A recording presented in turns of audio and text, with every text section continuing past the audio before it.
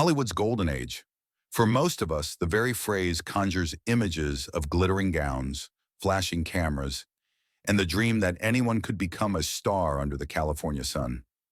The silver screen promised perfection, leading ladies with luminous smiles, leading men with flawless charm, and studios that carefully crafted the illusion of a flawless world.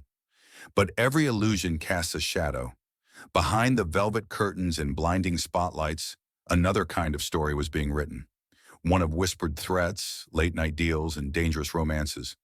While audiences swooned over the elegance of starlets, some of those same women were entangled in affairs that could topple careers, destroy reputations, and even end lives. It wasn't just about passion or attraction. In mid-century America, organized crime didn't just run casinos and nightclubs. It seeped into Hollywood itself. Gangsters held influence over the very places where stars gathered after hours. They offered protection, money, and the intoxicating thrill of danger. For actresses who lived under constant scrutiny, these men provided both an escape and a trap. And the bigger the star, the higher the stakes. Donna Reed, celebrated as the perfect homemaker on television, was linked to one of the most feared mobsters of the Chicago outfit. Gloria Vanderbilt, heiress and socialite, found herself trapped in a violent marriage that tied her name to Lucky Luciano's network. Lana Turner's glamorous image would forever be marked by one night of violence so shocking it made headlines around the world. Even the brightest lights weren't immune. Platinum blonde icon Jean Harlow, jazz legend Billie Holiday, and the eternal Marilyn Monroe each carried secrets that connected them to the underworld. Some paid with their careers, others paid with their lives. This isn't the Hollywood shown in glossy magazines or remembered in nostalgic reruns. It's a darker chapter, one where beauty met brutality and innocence collided with organized crime.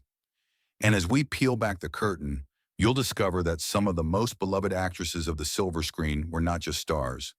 They were also in secret companions of gangsters, and their stories reveal just how fragile the boundary was between glamour and danger. So tonight, step into the shadows with us, because the golden age wasn't just a dream factory, it was also a battlefield. And for these women, love came at the cost of their lives, their freedom, and sometimes their very souls.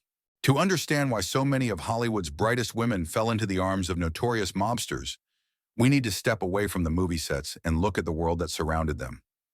The golden age of cinema wasn't just a time of glamorous premieres and blockbuster musicals. It was also an era when organized crime seeped into nearly every corner of American life, and Hollywood was no exception. From the 1920s through the 1960s, mafia families extended their reach beyond bootlegging and gambling, embedding themselves into legitimate businesses and cultural life. Hollywood, with its booming film studios, thriving nightclubs, and ever-present need for money, became fertile ground. Gangsters didn't just want to control rackets, they wanted a seat at the table of America's dream factory. Casinos, clubs, and starlets. The connection often began in Las Vegas and Los Angeles nightclubs. Mob-backed venues like the Flamingo or the Copacabana were more than entertainment spots. They were pipelines for money laundering and influence. Celebrities frequented these glamorous halls, sipping cocktails under chandeliers, while mob bosses watched from corner booths. For a young actress, simply attending these clubs meant crossing paths with men whose reputations were both magnetic and menacing. Men like Johnny Roselli, nicknamed Handsome Johnny, were masters of disguise. To the public, Roselli was a suave Hollywood producer with a taste for fine suits and beautiful women. But behind the facade, he was a Chicago outfit fixer, arranging deals, manipulating unions, and silencing problems with deadly efficiency. When Roselli walked into a room, he could play the role of diplomat or executioner, depending on who was watching. It's no wonder women like Donna Reed and June Lang found themselves drawn into his orbit, sometimes without even realizing the danger. A dangerous bargain. For the actresses, these relationships weren't always about thrill-seeking. Hollywood studios controlled every aspect of a star's life. Weight, wardrobe, relationships, even names were dictated by contracts. Mafia figures, in contrast, offered a sense of freedom. A man outside the studio system who could wine and dine them, protect them from unwanted attention, or simply make them feel alive. But that freedom came with a dangerous price. A breakup with a mobster wasn't like walking away from a fellow actor. It could mean retaliation, threats, or worse, political power and blackmail. The Mafia's influence also stretched into politics, and Hollywood became a pawn in larger games. Mob bosses cultivated friendships with studio executives, politicians, and celebrities to bolster their image. Dating a famous actress was more than romance. It was strategy. A star on your arm lent legitimacy, a sheen of glamour that could distract from blood on your hands. At the same time, actresses risked being used as leverage in blackmail schemes. Intimate secrets could be weaponized, especially in an era when a single scandal could end a career. The allure of the dangerous man. Yet we can't ignore the human side. Many of these actresses, young and inexperienced, were swept up by the charisma of men who live fast and promised excitement. Lana Turner, Marilyn Monroe, Jane Mansfield, each found themselves attracted to men whose power was intoxicating. They weren't falling for faceless criminals. They were falling for charm, attention, and the illusion of protection.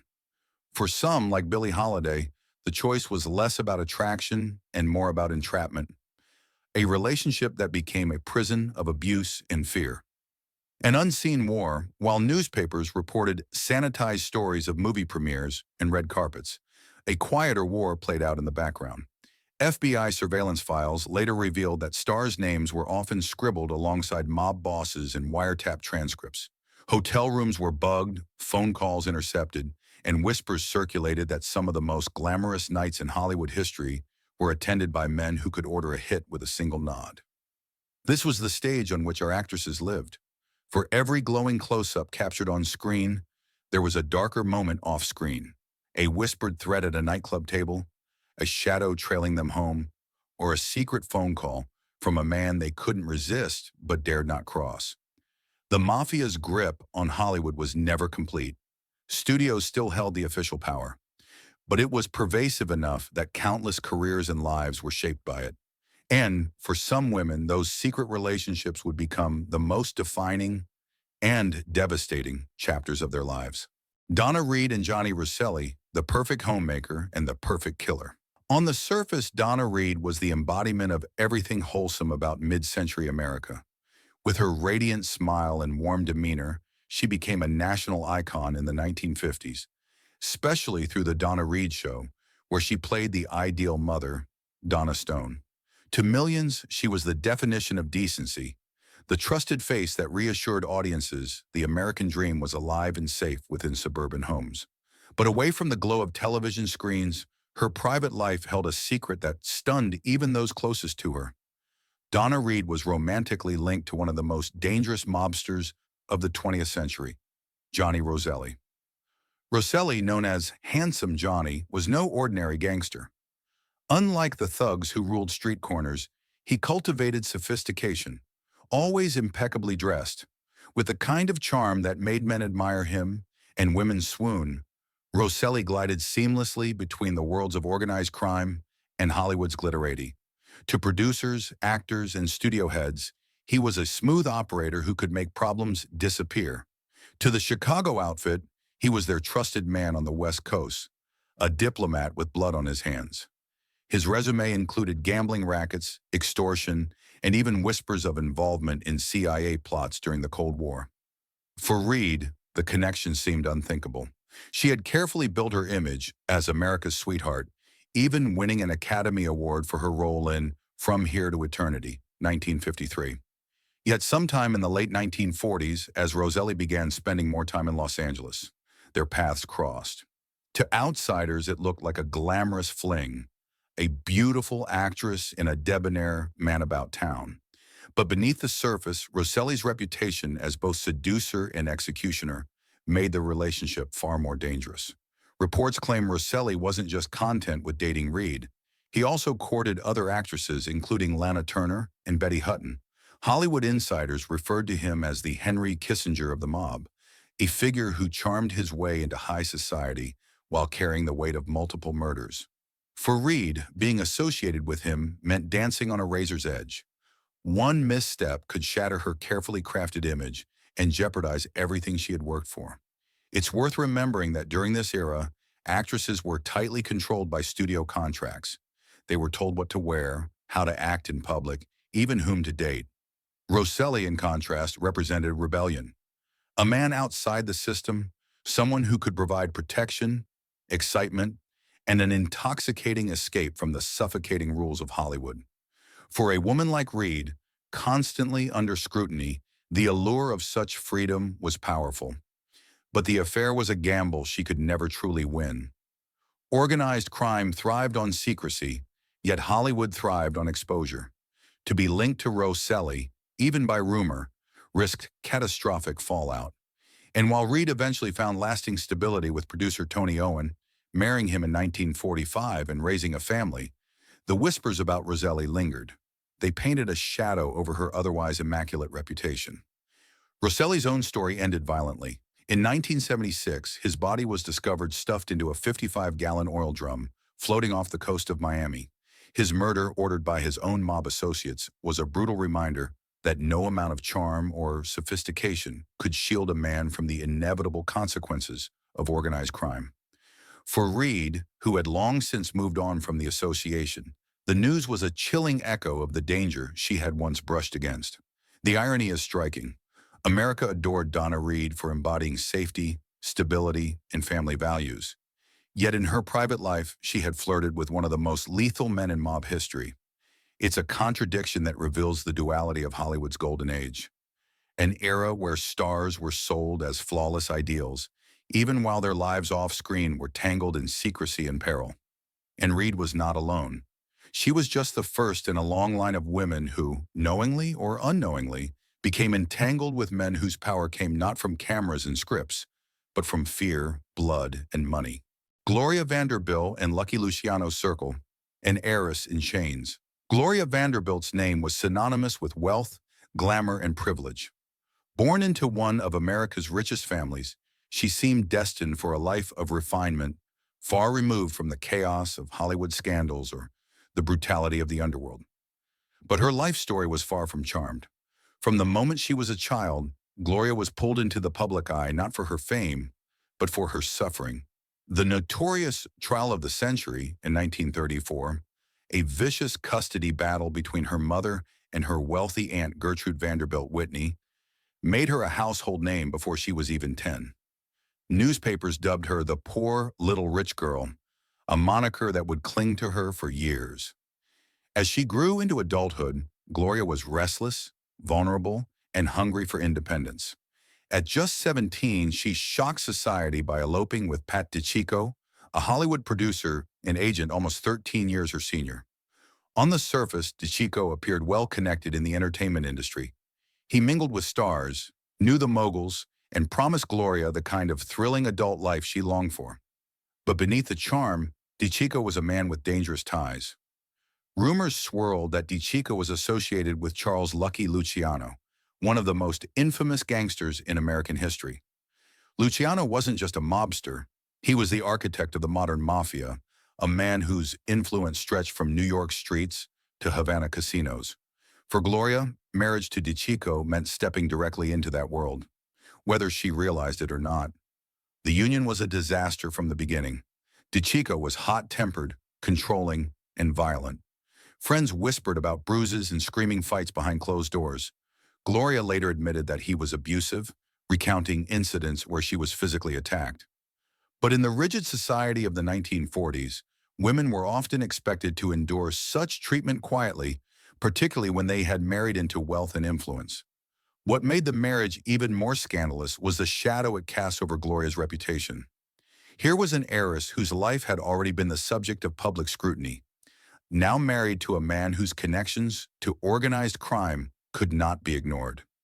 Newspapers may not have printed the full truth, but whispers in social circles were damning. The young woman once known as America's most famous child now found herself in the orbit of one of the most feared crime networks in history. Gloria's family strongly disapproved. Her aunt, who had fought so hard to gain custody years earlier, cut her out of her will. For a Vanderbilt, whose name was practically a synonym for money and legacy, The act was devastating. It wasn't just about the inheritance. It was about the final rejection from the family that had defined her entire existence. Gloria was, in many ways, alone. Eventually, the cost became too great. The violence, the humiliation, and the fear eroded what remained of her youthful idealism. In 1945, she filed for divorce, paying DeCicco a staggering settlement of $350,000, an extraordinary sum at the time. It was a desperate bid to free herself, to buy her way out of a nightmare marriage. She was only 21 years old. Gloria went on to marry 3 more times, reinventing herself as an actress, socialite, and later a fashion designer who built her own empire of jeans and perfumes. But the scars of her marriage to DeCicco, in the shadow of Luciano's name, lingered in the narrative of her life. Despite her resilience, the early chapter of abuse and mob connections became a haunting reminder that money and fame offered no shield against personal tragedy. What makes Gloria Vanderbilt's story so poignant is the contrast. To the world, she was the ultimate symbol of privilege, a woman with wealth beyond imagination, beauty that captivated society pages, and a name that commanded respect. But in private, she was a frightened teenager, trapped in a marriage to a violent man with ties to America's most powerful gangster. Her story shatters the illusion that money can protect you from darkness. In fact, for Gloria, her wealth may have made her even more of a target, a prize for a man whose connections to Lucky Luciano made him untouchable, at least for a time. In the end, Gloria survived, reinvented herself, and carved out her own place in American culture. But the girl once called the poor little rich girl never fully escaped that role. She had lived the fantasy and the nightmare, and both came with a Vanderbilt name. Lana Turner and Johnny Stompanato, Hollywood's most scandalous night, few stars embodied the word glamour like Lana Turner. With her platinum blonde hair, striking figure, and ability to command a screen with a single glance, Turner was the very definition of a Hollywood goddess. Discovered as a teenager while sipping a soda at a drugstore counter, she rose to fame quickly, starring in films like The Postman Always Rings Twice, 1946. Yet behind the dazzling gowns and adoring fans, Lana Turner's private life was a storm of turbulent romances.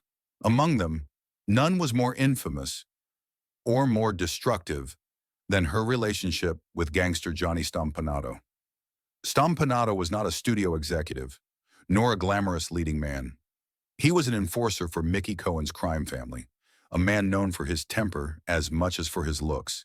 Handsome, impeccably dressed, and confident, he projected a charm that could easily sweep a woman off her feet.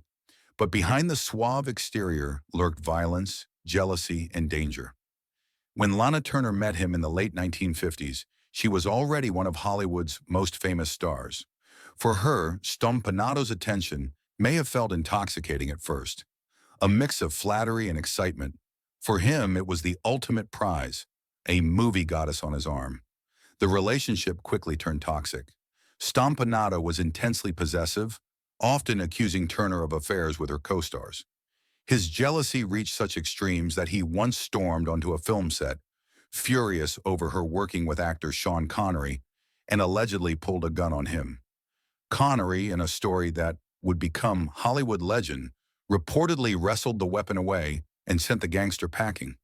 But the incident revealed what Turner already knew.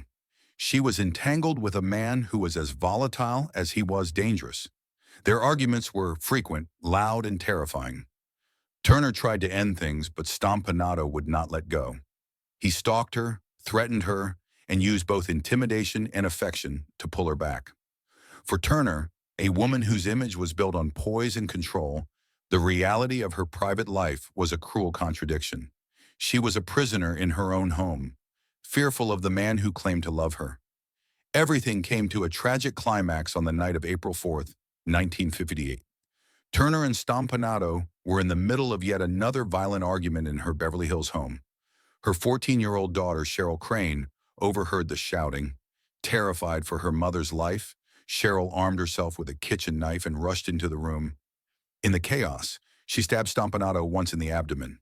The blow was fatal. The feared gangster collapsed, and within minutes, he was dead. What followed was one of the most sensational scandals in Hollywood history. Police rushed to the scene. Newspapers splashed lurid headlines across their front pages. Had a teenage girl really killed a mobster in defense of her mother? And was Hollywood's shimmering goddess secretly living in fear of a violent man? At first, Turner tried to shield Cheryl by claiming she herself had wielded the knife. But the truth emerged quickly, and Cheryl's actions were deemed justifiable homicide. A desperate act committed in self-defense to save her mother from abuse. The fallout was enormous. Turner's career was rocked, though she would eventually recover with roles like her acclaimed performance in Imitation of Life, 1959. Cheryl's life, however, would never be the same. She was thrust into the spotlight as the girl who killed her mother's lover, a label that haunted her for decades. For Stampanato's mob associates, the scandal was a humiliation. A feared enforcer brought down not by a rival gangster, but by a teenage girl. The tragedy highlighted the brutal collision of Hollywood fantasy and grim reality. Turner's screen persona, glamorous, untouchable, adored, was shattered by the revelation that behind closed doors, she was vulnerable and trapped in a nightmare. The public was both shocked and fascinated, unable to reconcile the goddess of the silver screen with the terrified woman at home. In the end, the story of Lana Turner and Johnny Stompanato became a cautionary tale of love turned lethal, a reminder that even the brightest star could be consumed by darkness.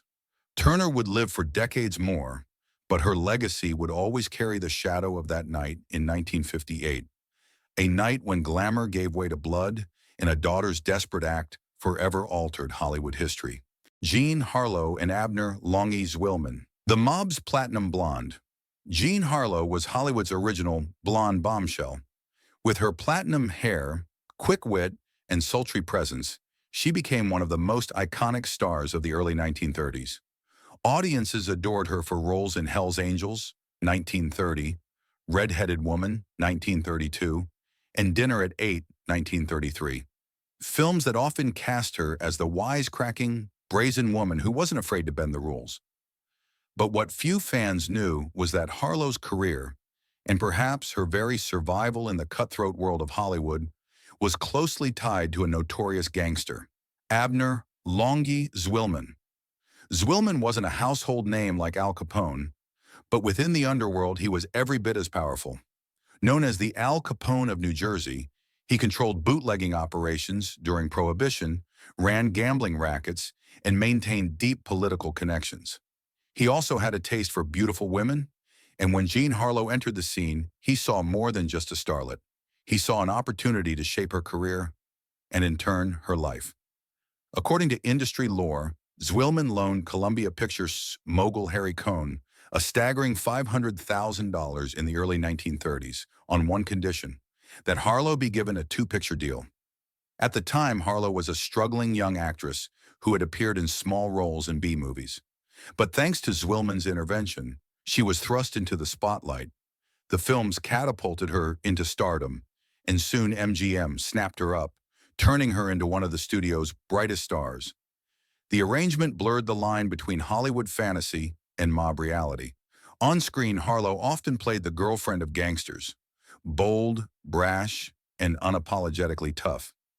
Off-screen, she was living a strikingly similar role.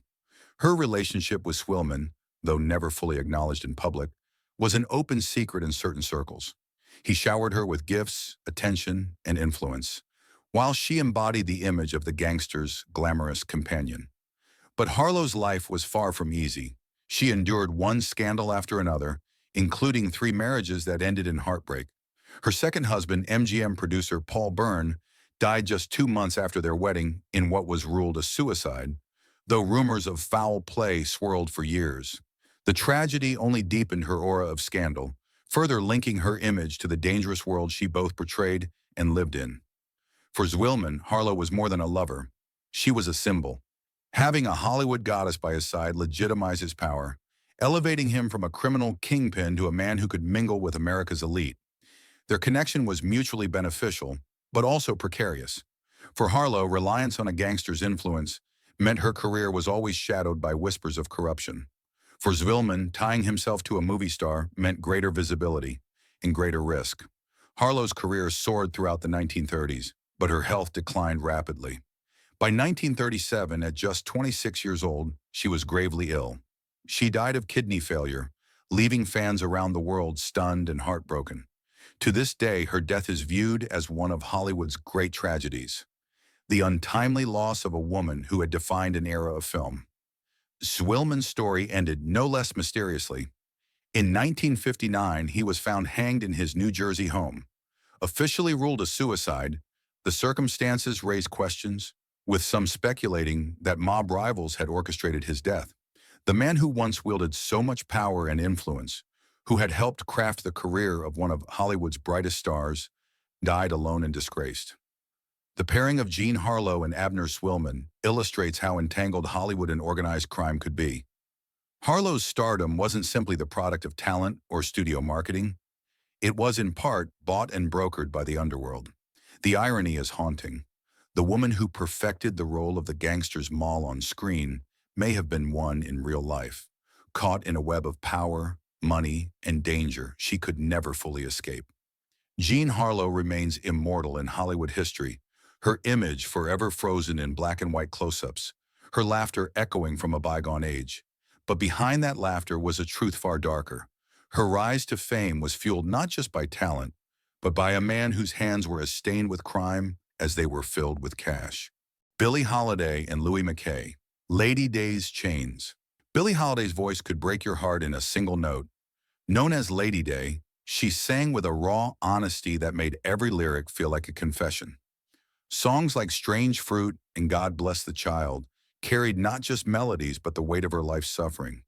She became one of the most influential jazz singers of the 20th century, her voice haunting, fragile, and unforgettable. But behind the brilliance was a woman trapped in a cycle of pain, addiction, and abuse. And at the center of her darkest years stood Louis McKay, a man who claimed to love her, but treated her as both possession and prisoner. McKay was not just another suitor drawn to Holiday's fame. He was deeply connected to organized crime, a mob enforcer who moved easily in the shadows of gambling dens and nightclubs. To outsiders, he was charming, ambitious, and protective. But to Holiday, he would become a source of torment, adding new scars to a life already scarred by poverty and trauma. When Holiday married McKay in 1957, she was already in fragile condition. Years of drug addiction, relentless touring, and constant battles with racism had worn her down. She may have hoped McKay would bring stability, but what he brought instead was domination. Reports from friends and colleagues painted a grim picture. McKay was physically abusive, controlling, and greedy. He siphoned money from her earnings, used threats to control her, and leveraged his mob ties to isolate her from those who might help.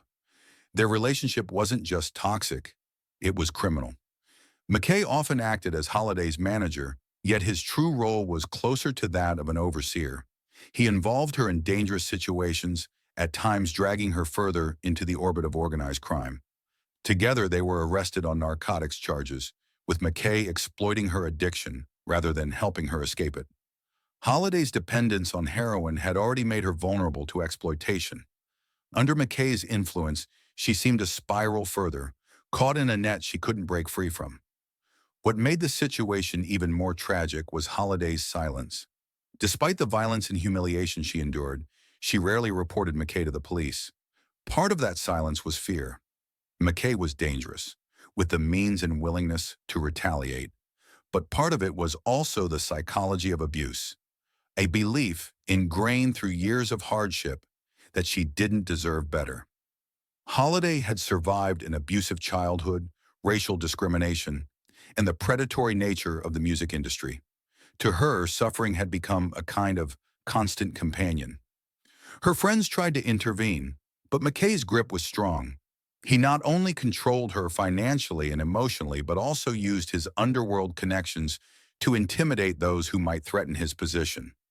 Even as Holiday continued to perform, her once bright star dimmed. Audiences saw the brilliance in her voice, but those close to her saw a woman shrinking under the weight of addiction and abuse. By the late 1950s, Holiday's health had deteriorated alarmingly. Her liver was failing, her body weakened, and her finances were in ruins. She was only in her early 40s but looked decades older. In 1959, Holiday was admitted to the hospital for liver and heart failure. Even there, her life remained entangled with the system that had exploited her. Police officers, tipped off by her reputation, stationed themselves at her bedside, arresting her for drug possession while she lay dying. Through it all, McKay remained legally tied to her, still her husband, though by then their relationship was shattered. Billie Holiday died on July 17, 1959, at just 44 years old, with only a few dollars to her name. McKay, as her surviving spouse, stood to benefit from her estate. A cruel twist to the story of a woman whose voice gave the world beauty, even as her life was consumed by brutality. Holiday's tale is not just one of personal tragedy, but also a reflection of the world she inhabited.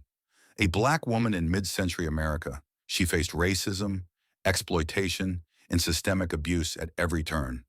Her marriage to Louis McKay only magnified those struggles, turning her personal life into a mirror of the oppression she sang about. The irony is devastating. The woman whose voice soared with resilience and passion was silenced by the very forces she resisted all her life. For her fans, she remains immortal, the haunting voice that changed jazz forever. But behind that immortal legacy was a mortal woman, chained by love, by crime, and by a man who saw her not as Lady Day, but as his possession. Marilyn Monroe and the Mafia, The Final Night. Few names in Hollywood history shine brighter than Marilyn Monroe. With her breathy voice, platinum hair, and unforgettable screen presence, she became the ultimate symbol of sex appeal and vulnerability. Films like Gentlemen Prefer Blondes, 1953, and Some Like It Hot, 1959, secured her place as a global icon. Yet Monroe's life off-screen was far more complicated than her glamorous image suggested. Her relationships, often with powerful men, drew her into a world of politics, secrecy, and danger. Among those entanglements were her rumored affairs with some of America's most notorious mob figures, Sam Giancana and Sonny Franzese, a connection that shadowed the final years of her life and may have played a role in the mystery of her death. Sam Giancana was no ordinary gangster. As head of the Chicago outfit, he wielded influence not only in organized crime, but also in politics, particularly through his rumored connections to the Kennedy family. He was charismatic, feared, and dangerous, the kind of man who thrived in the shadows yet sought validation through proximity to celebrities. For Giancana, Marilyn Monroe was more than just another conquest. She was the ultimate trophy, a symbol that even the brightest star in Hollywood could fall into his orbit. Monroe's alleged relationship with Giancana is clouded by conflicting reports, but whispers of their connection grew louder in the years after her death. Some sources claim he spent her last full night alive with her, desperately urging her not to reveal her rumored affair with President John F. Kennedy.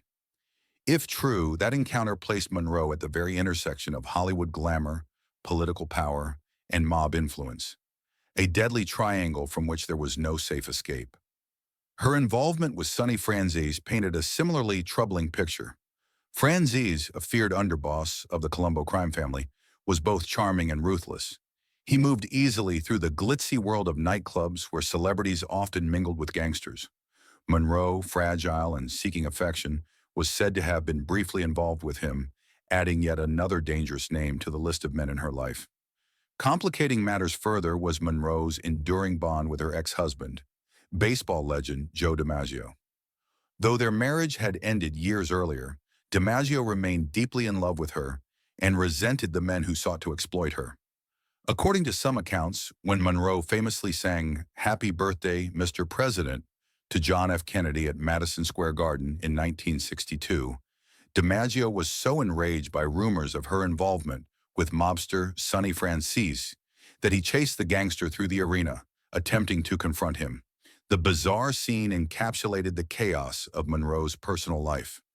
A beloved star caught in the middle of rivalries that spanned Hollywood, organized crime, and even the White House. By 1962, Monroe's life was unraveling. Professionally, she was still one of the most bankable stars in the world, but personally, she was drowning in loneliness, substance abuse, and emotional instability. Her connections to mob figures only heightened her vulnerability. For men like Giancana and Franzese, Monroe's fame was both an asset and a liability. She could elevate their public image, but she also posed a dangerous risk. Monroe was famously impulsive, prone to confessions, and increasingly desperate to be heard. If she spoke publicly about her affairs, with mobsters, with the Kennedy brothers, with anyone, the consequences could be catastrophic. On the night of August 4th, 1962, Monroe was found dead in her Los Angeles home, her body discovered in her bedroom, a phone clutched in her hand. The official ruling was suicide by barbiturate overdose, but speculation has never ceased. Some believe she took her own life, overwhelmed by depression. Others insist she was silenced by the Kennedys, by the Mafia, or by a conspiracy that involved both. The truth remains elusive, buried beneath decades of conflicting testimonies, missing evidence, and layers of myth. What we do know is this: Marilyn Monroe was more than a movie star. She was a woman pulled in too many directions, exploited by studios, used by politicians, desired by gangsters, and mourned by millions. Her alleged ties to Giancana and Francisco highlight just how entangled her life became, with forces far beyond her control. She was at once the most visible woman in the world and one of the most vulnerable. Her death at 36 froze her in time, forever the young goddess of the silver screen. But behind the beauty and allure was a darker story, one where love and lust intersected with power and crime, where whispers of mafia connections lingered in the shadows of her legacy. Marilyn Monroe's life, like her death, remains one of Hollywood's greatest mysteries. And in that mystery lies the haunting question: was she simply a victim of her own demons, or of the dangerous men who claimed to love her? For every star who stepped into the arms of a gangster, there was a cost. Sometimes it was whispered scandal, other times it was a career derailed, and in the most tragic cases, it was life itself. The golden age of Hollywood was supposed to be a dream machine, a place where beauty, talent, and ambition were transformed into legends. But when those dreams collided with organized crime, the fallout was often devastating. The price of reputation. In mid-century America, an actress's public image was her most valuable currency. Studios invested millions in creating personas: wholesome homemakers, glamorous divas, sultry temptresses. A single rumor could shatter that carefully crafted illusion. Donna Reed, America's picture-perfect mother on The Donna Reed Show, was linked to Johnny Roselli, a mobster whose name appeared in FBI files. Though the affair never destroyed her career outright, it cast a long shadow. For Reed, even the hint of scandal threatened to undermine the very image that made her beloved. She survived, but only by bearing the past and retreating into the safer narrative Hollywood demanded. Others weren't so fortunate. June Lang, briefly married to Roselli, saw her career stall as whispers of her mob connections circulated. In an industry where perception was everything, guilt by association was often enough to end a starlet's ascent. Hollywood adored glamour, but it could not forgive the taint of organized crime. Violence at the doorstep. For Lana Turner, the cost was not just reputation. It was blood. The killing of Johnny Stompanato in her own home was a headline that circled the globe. The image of Turner's teenage daughter standing over the body of a mob enforcer was so shocking it forever fused Turner's name with tragedy. Though she managed to recover professionally with roles in films like Imitation of Life, the scandal clung to her like a second skin.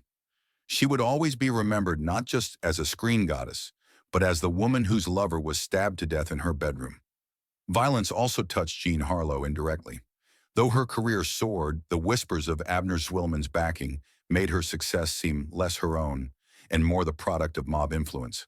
When Zwillman later died under suspicious circumstances, officially ruled a suicide, though many suspected mob retribution, the connection to Harlow deepened the sense that her meteoric rise had always been shadowed by crime.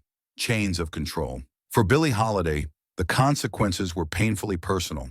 Her marriage to Louis McKay shackled her to a man who exploited her addiction, stole her earnings, and beat her into silence. McKay's mob connections made escape nearly impossible, and Holiday's dependence on drugs left her vulnerable. In the end, her brilliance as an artist survived, but her body did not. Dying at just 44 under arrest even as she lay in her hospital bed, Holiday's final years were shaped by the very forces she sang against: oppression, exploitation, and cruelty. The ultimate mystery. And then there was Marilyn Monroe, whose name is still synonymous with Hollywood itself. Her alleged connections to Sam Giancana and Sonny Francis only deepened the enigma of her death. Was it suicide, an accident, or something darker? The speculation continues, but what is clear is that Monroe's entanglements placed her in the crosshairs of powerful men, gangsters, politicians, and studio bosses, who each had something to lose if she spoke out. Her death at 36 was both a personal tragedy and a cultural earthquake, leaving fans to mourn not only what she was, but what she might have become. The mob's price, too. The fallout was not confined to the stars. For the mobsters, these affairs carried risks of their own. Giancana, Roselli, and Zwillman all died violent or suspicious deaths, victims of the same ruthless world they once controlled. Their romances with Hollywood's brightest women may have given them prestige, but it also brought visibility. And in the mob, visibility was deadly. The legacy of fear. Together, these stories reveal a haunting truth. The intersection of Hollywood and organized crime left no one unscarred. Stars risked their reputations, their safety, and their lives. Gangsters gained glamour but lost the anonymity that kept them alive. In the end, both worlds fed off each other's illusions. Hollywood's dream of perfection and the mob's dream of legitimacy, until the weight of those illusions crushed the people trapped inside. The fallout was more than gossip. It reshaped the lives of women who had been sold as icons of beauty and innocence. Behind every close-up, there was a shadow, and in that shadow lurked the cost of fame, power, and dangerous love. When we look back on Hollywood's golden age, it's tempting to see the mob's influence as a footnote, a scandalous subplot in an otherwise glamorous story. But the truth is more complex. The entanglement of actresses with gangsters wasn't just about forbidden romance. It reflected a larger system of control, exploitation, and illusion that defined the entire era. The studio system versus the underworld. During the 1930s through the 1950s, studios controlled nearly every aspect of a star's life. They dictated contracts, staged publicity, and punished women who strayed from the roles crafted for them. In some ways, the mob offered a distorted mirror of that same system. Gangsters promised freedom from the suffocating grip of studio bosses, but their power came with its own chains. Intimidation, violence, and possession. For actresses caught between these forces, choice was often an illusion. Take Donna Reed. To the public, she embodied American domesticity, yet privately she was drawn into Johnny Roselli's orbit. Reed's story highlights the paradox. Women who projected perfection on screen often lived precarious lives behind it, their autonomy compromised by men who saw them as trophies. Why they fell for dangerous men? It's easy to wonder, why would a successful star risk everything for a mobster? The answer lies in the psychology of glamour and power. For women constantly under scrutiny, the allure of someone who operated outside Hollywood's rigid rules was irresistible. Gangsters offered both danger and escape. Danger in their world of violence, escape from the artificial constraints of studio life, but what looked like freedom often became another form of captivity. Lana Turner's relationship with Johnny Stompanato captures this dynamic perfectly. What began as passion turned into fear, culminating in bloodshed that forever marked her career. She wasn't just a starlet who fell for the wrong man. She was a symbol of how quickly glamour could unravel when it collided with brute force. The broader game. The mob didn't pursue actresses out of love alone. These women were assets, legitimizing figures who gave mobsters a veneer of sophistication. A photograph with Jean Harlow or a rumored affair with Marilyn Monroe was more than personal. It was strategic, offering social credibility that no casino or backroom deal could buy. At the same time, these relationships tied actresses to a world where secrets could become weapons. In an age before tabloids softened celebrity scandals, one revelation could destroy a career or even endanger a life. Echoes in today's Hollywood. While organized crime no longer grips Hollywood with the same power, the patterns remain eerily familiar. Stars are still scrutinized, controlled by contracts and vulnerable to exploitation. The faces may have changed. Today it's corporate executives, media conglomerates, or predatory managers instead of mob bosses. But the dynamics of power persist. Fame remains a double-edged sword, intoxicating in its rewards, brutal in its costs, and audiences, then as now, are complicit. The same public that adored Lana Turner also devoured the headlines of her scandal. Fans who wept at Billie Holiday's voice turned away from her struggles with addiction and abuse.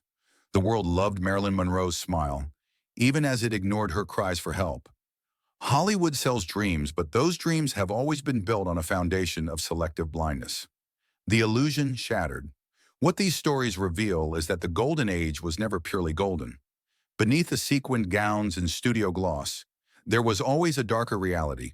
The mob's involvement only magnified it, exposing how fragile the line between fantasy and nightmare really was. For every glittering red carpet, there was a shadowed nightclub booth where deals were made. For every iconic close-up, there was a woman wondering whether the man who held her hand might also hold her fate. Hollywood and the mob both thrived on illusion, one selling the fantasy of beauty and love, the other selling the fantasy of power and respectability. For the women caught in between, the price of those illusions was heartbreak, scandal, and sometimes death. The golden age of Hollywood promised audiences a dream: luminous stars, breathtaking stories, and the assurance that beauty and talent would always triumph. But behind the screen, the truth was far more fragile. For women like Donna, Gloria Vanderbilt, Lana Turner, Jean Harlow, Billie Holiday, and Marilyn Monroe, fame was inseparable from danger.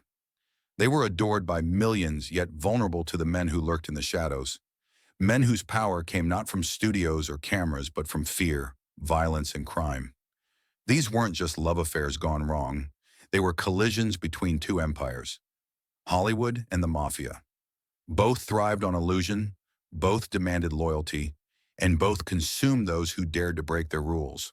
The actresses who found themselves entangled in this world weren't naive or reckless. They were human, craving love, protection, and freedom in an industry that controlled every inch of their lives. In seeking escape, they often found a new kind of prison. The consequences still echo. Lana Turner never escaped the shadow of that bloody night in Beverly Hills. Billie Holiday's voice outlived her broken body, but her story reminds us how cruelty can silence brilliance. Marilyn Monroe remains immortal, her face frozen in time, yet her death continues to haunt us with unanswered questions. Even those who survived relatively unscathed carried scars, whispered scandals, broken reputations, or the quiet knowledge that they had once danced too close to danger. As we look back, these stories force us to ask uncomfortable questions. How much of Hollywood's golden facade was built on silence and secrets? How many careers were shaped or shattered by forces that audiences never saw? And perhaps most haunting of all, if these women had spoken openly, would Hollywood have listened? Or would it, like the mobsters they loved, have turned its back and left them to pay the price alone? The golden age may be gone, but its lessons remain. Glamour and shadows always walk together, and the women who lived, and sometimes died, at that intersection remind us that behind every spotlight lies a darker truth waiting to be told.